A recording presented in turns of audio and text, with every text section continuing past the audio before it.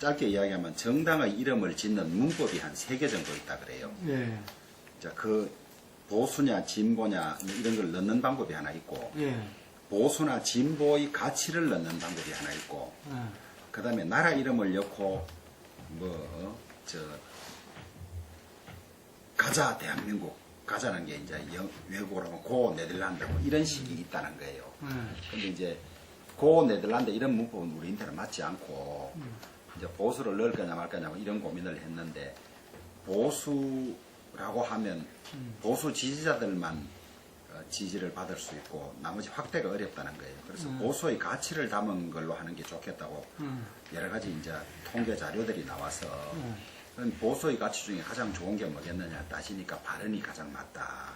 발언이 뭐 다시 들어가면 우파 발언 옳은 이런 뜻도 있고 라이트라는 말이 예. 옳다는 게 법치주의 무슨 법치주의 그 다음에 그 민주주의 이런 걸 포괄할 수 있는 개념이니까 이 발언이라는 말이 우리가 새로 만들려고 하는 보수 정당의 가치를 가장 잘 대변하는 말이다. 그래서 바른 정당이 저는 아주 흡족하고 좋다고 봤습니다. 이제 새로운 당 이름이 뭐가 있을 수 있겠나 그랬는데 저는 아주 좋은 이름이라고 봅니다. 근데 이제 우리가 지지율을 무시할 수도 없지만 지지율에 일희 일비할 필요도 없습니다. 왜냐하면 우리가 기존 정당들은 이미 입에 익숙해 있잖아요. 사람이 한 곳을 지지하다가 정을 떼고 옮기는데도 시간이 필요합니다. 그래서 우리가 바른정당 지금 아직 창당도 제대로 안 된 상태에서 그 정도 지지면 저는 괜찮다고 보고요. 근데 뭐 금방 조급하게 지지율이 높느니 낮느니 따지면 뭐 정치할 필요 없죠. 뭐 지지율과 다 정하면 되는 거지. 그래서 무시할 일도 아니지만 일이 일비할 일도 아니다. 그리고 시간이 지나면 자연적으로 지지율은 올라갈 거라고 그렇게 보는 거죠. 우선 당이 지향하는 바를 나타내는 것이 정강 정책인데 우리나라 정당들 특히 원내 교섭단체를 이루고 있는 4개 정당들의 정강을 보면 그렇게 큰 차별이 없습니다. 저 정의당 정도는 조금 다를 수 있지만 그런데 문제는 우리가 말이 중요한 것이 아니라 실천이 중요하다 그러잖아요. 정강 정책을 그냥 글로서 만들어 놓는 게 중요한 것이 아니라 얼마나 그 정강 정책을 지키고 실천하느냐가 중요한 거죠. 그래서 그런 점에서 보면 우선 정강 정책상 혹은 당헌 당규상 다른 당과의 차이점, 특히 이제 새누리당과의 차이점은 당내 민주주의와 관련해서는 당대표를 포함한 선출직을 잘못하면 소환할 수 있는 당원 소환제를 도입했다는 거.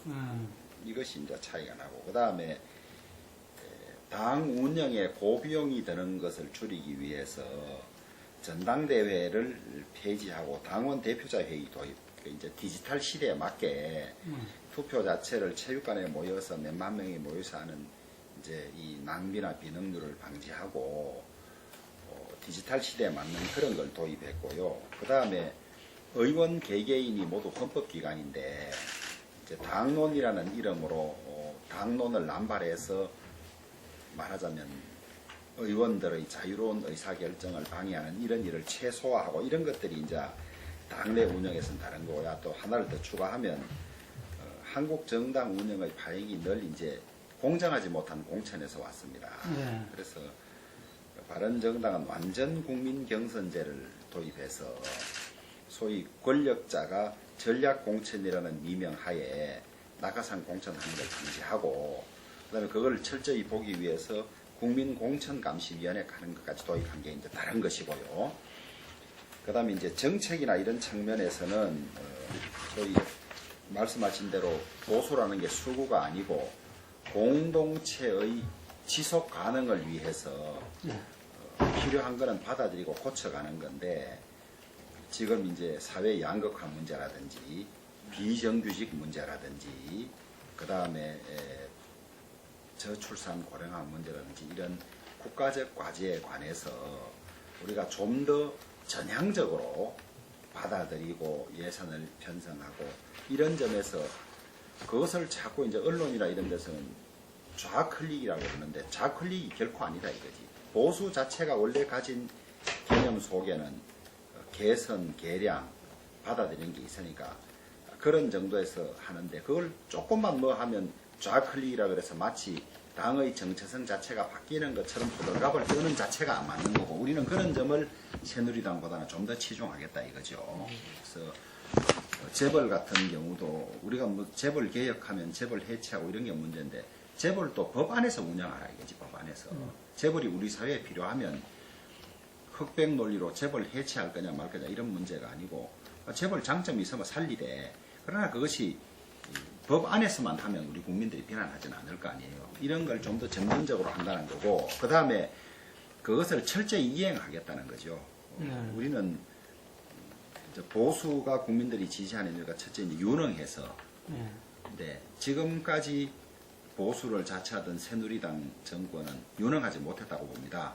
세월호 수습 문제라든지 세월호 사고나 수습 문제라든지 그 다음에 그 메르스 대처라든지 뭐 여러 가지에서 유능하지 못하고 AI 문제라든지 그런 것을 훨씬 강화한 유능한 정당이 돼야 할 것이고 그 다음에 한국 정치가 모두 국민들로부터 좋은 점수를 받지 못하는 것은 윤리성과 책임성 문제 아니겠습니까? 그래서 국민의 기대 수준에 맞는 은행을 하여야 할 것이고 그 다음에 정책 실패라든지 은행 실패라든지 하여튼 정치적으로 책임질 일이 있으면 당당하게 책임지는 이런 정당 운영을 하겠다는 것이 기존 정당과 다른 겁니다. 선거가 끝난 지 6개월밖에 되지 않았고 다음 선거가 3년 6개월이나 남아있다는 이것이 새누리당 의원들로 하여금 새누리당은 아니라고 하면서도 관망하도록 만들었어요. 결심을 못하도록. 중간에 서서 새누리당이냐 바른정당이냐 선택하라 하면 90%가 바른정당을 선택하는데 일단 몸을 새누리당에 담고 있으면서 새누리당에 남아있는 데는 에너지가 제로라도 되지만은 새누리당에 있다가 바른정당으로 옮겨오는 데는 에너지가 100이면 100, 200이면 200이 필요한 거예요. 그러니까 그 결심을 못하는 거죠. 된지 6개월밖에 안 되고 친박도움으로 공천받은 사람들이니까 자생력이 별로 없는 거예요. 그것이 바른정당이 초기에 확 도약하지 못한 원인 중에 하나고요. 그 다음에 이건 또 그 창당 과정에서 무슨 누구의 정당이냐 아니냐 하고 누가 시비를 거는 바람에 주춤한 측면이 있어요. 그런 두 가지로 보고 그 다음에 우리 당 자체의 그걸로 보면 창당이라는 게 너무 워낙 힘들고 하니까 창당 과정에 너무 매몰된 측면이 있어요. 집 짓는 데 너무 매몰돼서 국민들을 향해서 정책이라든지 그 다음에 우리가 지향하고자 하는 방향을 제시하는 면이 조금 부족했던 측면이 없지는 않은데 이제는 창당이 거의 마무리돼 가니까 이제는 정책적인 측면이나 국민 여론 지지나 이런 데 신경을 많이 쓸 것이기 때문에 나아질 걸로 그렇게 봅니다. 그 간망하던 분들도 좀 결정들을 좀 하지 않겠어요 이제? 아마 구정을 전후해서 저는 원래는 1월 4일 날 한 5, 6명이 하겠다 그러다가 또 뭐 이런저런 이유로 하다가 한 1월 20일경 하다가 근데 이런 동력은 반기문 전 유엔 사무총장의 행보와도 관련이 있는 걸로 보고 있습니다. 천년학도 집을 나서면 뭐에 침노당한다 아주 나쁜 뭐 하찮은 거에 침노당한다는 말이 있어요. 있는데 반기문 총장이 이제 정치를 하겠다 하니까 경쟁자도 있고 그 다음에 아예 처음부터 우호적이지 않은 언론도 있잖아요. 이런 데서 너무 사소한 걸 너무 키우는 것 같아. 우리가 딴 나라에 가면 자판기라는 게 다 어디 누르고 하는 게 다 다른데 그걸 좀 뭐 했다 그래가지고 그거 난리치고 그 다음에 제주짠 음복 문제는 제주짠 음복 문제는 사실과 다르게 악의적으로 페이크 뉴스라는 거 아니에요. 그러면 엄벌에 처해야 돼요. 그래서 어느 세력이 그러는지 국민들이 좀 잘 봐주면 좋겠어. 그래서 문제는 국가를 경영할 능력, 그 다음에 복잡한 난제를 해결할 능력이 있는지 그거를 중심으로 봐야지. 그러지 않고 사소한 한두 개 가지고 사람 판단하면 본질을 놓치는 거라고 봅니다. 하잖아. 저희들도 그래 보고 네. 또 우리가 시도당 창당대회 하면서도 네. 책임 있는 고문들이나 이런 사람들이 우리 당에 와서 정치적 포부를 펴기를 바란다 이런 이야기도 하고 있는 상태예요. 그래서 우리가 무슨 공식 제의를 하고 이런 건 없지만 다 우리 당 구성원들이 뭐 황교문 전 총장의 정책 방향이나 그 다음에 노선이나 이런 것들이 우리 당하고 가장 흡사하니까 우리 당에 와서 한번 경쟁을 해봤으면 하는 생각을 많이 가지고 있죠. 그래서 만약에- 정당을 선택한다면 예. 바른 정당이 될 수밖에 없을 거라고 보죠. 예. 근데 만약에 들어오면은 예. 똑같은 조건으로 경선할 수밖에 없습니다. 똑같은 조건 경선할 수밖에 없죠. 근데 어. 우리 지금 경선 룰이 이분은 아무 조직도 없잖아요. 예. 나머지도 조직이 없지. 지금 오히려 조건이 똑같아. 상당히 오래된 정당은 당원들을 많이 모아놓은 사람이 있으니까 새로 누군가가 들어오려면 당원이 투표에 많이 반영되면 불리하지요. 그런데 우리는 지금 당을 만드는 과정에 있고 당원들을 지금 겨우 넣는 과정에 있기 때문에 당원들을 반영하더라도 그렇게 은폐한 게임이 아니에요. 그러나 그런 걸 다 접고라도 새로 만들어지는 과정이니까 룰 자체가 세팅 안 됐으니까 들어오게 된다면 어떤 룰로 대선 후보들이 다 승복할 수 있는 공정한 룰을 만들어야 되죠. 아니, 저들 함께 할 수 있어요. 또 이전에 저희도 같이 당을 했던 분이고 예. 한나라당 같이 했던 분이고 예, 예. 할 수 있는데 저는 본인이 와서 같이 국민들에게 정책 포부를 말하고 대선 후보 경쟁에 같이 뛰어들 수 있으면 환영이죠. 저희들은 불가능하다고 봤기 때문에 아, 여러 가지 기득권을 포기하고 분당을 하게 된 것이고요. 새누리당이 저나마 저희들은 눈가림식 개혁이라고 보지만은 눈가림식 개혁이라도 할 수 있게 된 것은 우리가 분당했기 때문에 가능한 동력이 생긴 거예요. 예. 그러지 않고 우리가 안에 있어서 자체적으로는 도저히 불가능했던 거예요. 정권을 가진 비대위원장이 와서도 저렇게 저항이 심한데 기존 갈등 관계에 있던 우리가 개혁을 하려고 하면 늘 그 프레임으로 몰고 가기 때문에 불가능해서 우리가 안에 있었으면 싸우다가 망하는 거죠. 그래서 우리가 나왔고 우리가 나와서 분당이라도 했기 때문에 그나마 개혁을 할 수 있는 동력이 생겼기는 한데 그 동력이란 게 임명진 목사님이 마치 무슨 종교에서 용서하고 사함을 주듯이 반성했다 하면 뭐 다 낮추어주고 처음에는 인적 청산 대상이 될 사람을 세유형으로 분류를 했잖아요. 예, 그렇죠. 근데 지금 세유형 분류된 사람이 3명밖에 없나요? 예. 그리고 가장 크게 책임져야 될 사람이 박근혜 당원 아닌가요? 그 박근혜 당원에 대해서는 아무것도 조치하지 않고 예. 무슨 박이태, 이상덕, 이항구 다 죽은 사람들 부관 참시하는 거 가로넣게 그러면 이항구 공천이 잘못됐다 해야 이항구 제명하려고 하면 이항구 공천 수혜자들 낙하산들 다 제재해야 되는 거 아니에요. 그래서 눈 가리고 앙호하는 거라고 그런 거죠. 그래서 이런 과정을 거치면서 더더구나 우리가 분당이 불가피했고 우리 결정을 잘했구나 그래 생각을 하는데 다만 새누리당에 남아있는 의원들 중에 초선이 44명이고 재선이 30명이에요. 이 사람들이 새누리당은 아니라고 하면서도 탈당해서 우리에게 오는 데는 상당한 에너지가 필요하기 때문에 용기가 없어서 못 오는 거예요. 이제 저도 법관을 오래 했지만은 예. 수사 기록이나 재판 기록을 보지 않고 그냥 듣는 말만 가지고 어떤 판단을 하는 것은 참으로 위험하고 정확하지 못할 수가 있어요. 그런데 이재용 구속영장 기각이 탄핵에 전혀 영향이 없다 할 수도 없겠지만은 탄핵에 큰 영향을 미친다고 보지도 않습니다. 저는 형사재판과 탄핵재판은 원리나 지향하는 바가 다르기 때문에 탄핵재판은 헌법 위반이 있느냐 없느냐는 거고 형사재판은 엄격한 증명을 요구하는 거거든요. 그리고 재판의 원칙이 불구속 재판 아닙니까? 그렇기 때문에 저는 구속영장이 기각된 것이 탄핵재판에 전혀 영향이 없다고는 할 수 없지만은 의미 있는 영향을 미치는 것도 아니라고 봅니다. 바꾸는 건 아니고 12가지로 그때 그 탄핵 소추서를 주로 야당이 주도해서 작성한가 봐요. 근데 그게 형사공소장처럼 무선제 위반 이런 식으로 쓴 거라. 무슨 뇌물죄 위반, 무슨죄 위반. 근데 탄핵 재판은 형사 재판이 아니기 때문에 그게 뭐 잘못했네. 그러니까. 헌법을 얼마나 위반했고 그게 얼마나 중요하냐가 목적이니까 그런 쪽으로 중점적으로 좀 더 보강해서 내겠다는, 정리해서 내겠다는 그런 취지예요. 뭐 어제 오늘 들어서는 뭐 2월 중순에도 선고될 수 있을 거라고 하는데 저는 그렇게 보지는 않습니다. 예. 이제 심의해야 될 항목도 많고 예. 증거들도 많기 때문에 또 결정문을 합의해가 쓰는데도 시간이 필요하기 때문에 저는 3월 13일 이정미 재판관이 퇴임하는데 예. 그 전점 되지 않을까 저는 그렇게 보는 거죠. 늦어도. 하여튼 간에 그때쯤 되더라도 조기대에서 굉장히 지금 이제 얼마 안 남았습니다. 얼마 안 남았고 탄핵이 받아들이지면 60일 안에 대선을 치르게 돼 있는데 예. 그 중에 24일이 선거운동 기간이에요. 예. 예. 선거운동이란 거는 선거 벽보 다 인쇄해가지고 붙이고 요이 땅 하는 게 24일이거든.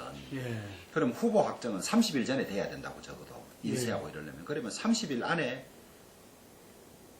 당내 경선을 하던 후보를 만들어야 된다고. 예. 그런데 새누리당은 16일만 남겨있다 그러더라고. 뭐가 예. 탄핵 소추 결정되고 나면은 예. 당 후보를 뽑을 기간이 16일. 아니, 한 30일 남아 있어. 아니요. 그게 뭐 30일 전에 후보 확정돼야 된대요. 아니 그러니까 선거운동 하루 전에만 확정되면 되거든. 그게 24일이에요. 24일인데 인쇄하고 뭐 이래야 되잖아. 네.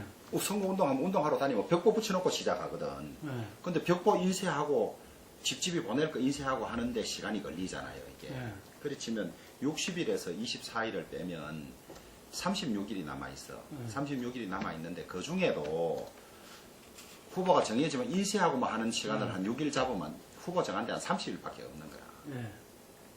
근데 새누리당은 탄핵을 인정 못 하니까 탄핵 기각하라 이런 사람들이니까 탄핵 결정이 떨어지기 전까지는 대선 준비를 못 하는 거 아니에요. 예. 못 하고 떨어지면 한 달 안에 후보를 만들어야 되는 게 저거들 정한 절차도 못 밟는다고. 그럼 후보를 못 내든지 부실한 후보를 낼 수밖에 없잖아요. 네. 그러면 그거는 야당의 정권을 그냥 갖다 바치는 거지. 네. 우리가 본당한 이유 중에 큰 이유 중에 하나가 또 그겁니다. 네. 하나는 새누리당이 도저히 제대로 반성하고 새로 날 가능성이 없다는 거 하고, 그다음 두 번째로 그래도 야당의 집권을 반대하는 보수 국민들이 많은데 후보도 하나 제대로 못 내가 되느냐. 이래서 우리가 분당하게 된 거죠. 그래서 뭐 앞에 나오던데 이 보수의 지지를 어떻게 우리 당으로 모을 것이냐. 저는 이 구도만 이해하면 다 우리 지지할 거라고 봐요. 보수가 분열되면 안 된다. 네. 지금 분열돼 있다. 그러면 빨리 하나로 합치는 일을 보수 지지자들이 해야 된다. 도로 새누리당으로 합칠까? 새누리당이 바른정당 와 있더라 하면 답은 분명한 거라. 당이 합치는 게 아니라 사람이 왔어. 다 왔어. 보수 예. 지지 유권자들이 이쪽으로 다 집결해줘야 되는 거지. 집결해야 집결하고 되는 새누리당을 버려야 되는 거지. 근데 그 방향으로 갈 거다. 저는 그래 봅니다. 그러니까 우리는 창당하고 나면 바로 후보 정하는 레이스에 들어갑니다. 아, 그게는 예비 당 경선 예, 그렇습니다. 후보를 예. 우선 대선 토론회도 하고 이제 아직 그 제도가 시스템이 확립이 안 돼가 그런데 예비 후보 등록 받아서 할 것인지 그 절차에 바로 들어갑니다. 그래도 늦을 수 있어요. 그게 서로 본질적으로 다른 게 아닙니다. 네. 대통령 5년 단임으로 할 것이냐 4년 중임으로 할 것이냐 이거는 만들면 되고 네. 그 다음에 대통령 권한이 너무 강하다. 5년 단임제가 문제가 있다. 차기를 생각 안 하고 하니까 자꾸 이렇게 독선적이 된다. 그러니 4년 두 번 하면 재선 위해서라도 잘할 거 아니냐. 이래서 4년 중임제 하자. 오케이. 그 다음에 대통령 권한이 너무 강하니까 좀 가르자. 이거를 의원 집정부제라 하기도 하고 대통령 직선 내각제라 하기도 해요. 다른 말이 아니야. 그리고 4년 중임제하고 의원 집정부제를 같이 못할 수 있는 게 아니에요. 한 말이에요. 전부 다. 대통령 4년 중임하고 그 다음에 직선하고 그 다음에 의원은 의원 내각제 식으로 해가지고 뽑힌 사람이 총리하면 이게 분권형이라 이야기하기도 하고 의원 집정제라 하기도 하고 다 막 같은 말이에요. 이게. 아, 그럴 수 있겠네요. 예. 예. 근데 그걸 아무도 모르게 뭐 이거 다른 게 아니라니까. 이 안에 다 녹일 수 있는 거라니까. 총리의 역할을 어찌 되느냐가 중요하겠네. 아, 그렇죠. 예. 그러나 이것도 이제 외교 안보는 대통령, 내정은 총리 하는데 지금 외교 안보와 내정이 구분 안 되는 게 많습니다. 이럴 경우에 어떻게 이제 권한 분배할 것이냐도 이 세상 제도라는 게 완벽한 제도가 없습니다. 운용을 얼마나 선의로 하고 서로가 존중해야 하느냐의 문제이기 때문에 그래서 대통령 4년 중임 직선 요건 의원 내각제 하기도 하고 요건 총리는 의원 내각제 하기도 요걸 합친 걸 분권형이라고 표시한다고 보통 의원 집정제를 하기도 하고 분권형에 거의 다 동의하잖아요. 예. 그래서 결코 그게 다른 게 아니라니까. 논의 자체가 나는 이거 물어버리면 내가 속으로 비웃는다니까. 그럼 어쨌든 너무 간에 겁만 나는구나. 똑같은 말이야 이게. 그런데 합의는 될 것 같아요. 어쨌든 권력 구조가 합의가 돼야. 이제 합의는 쉽지 않은데 네. 개헌하자는 말은 대부분 동의하면서도 막상 뭐가 맞느냐 할 때는 다른데 그러나 요런 틀은 언론사에서 설문 물을 때 4년 중임제냐 의원 내각제 하면 4년 중임제 몇 프로 하면 이게 안 합쳐지네 이런데 이걸 다 녹여낼 수 있다니까. 그래서 요런 틀 괜찮다 하면 나는 꽤 오늘 60, 70%갈 거라고 봐. 그런데 여기에도 딱 치명적인 논란이 있습니다. 4년 중임제의 성공 조건은 재선율이 7, 80%가 돼야 됩니다.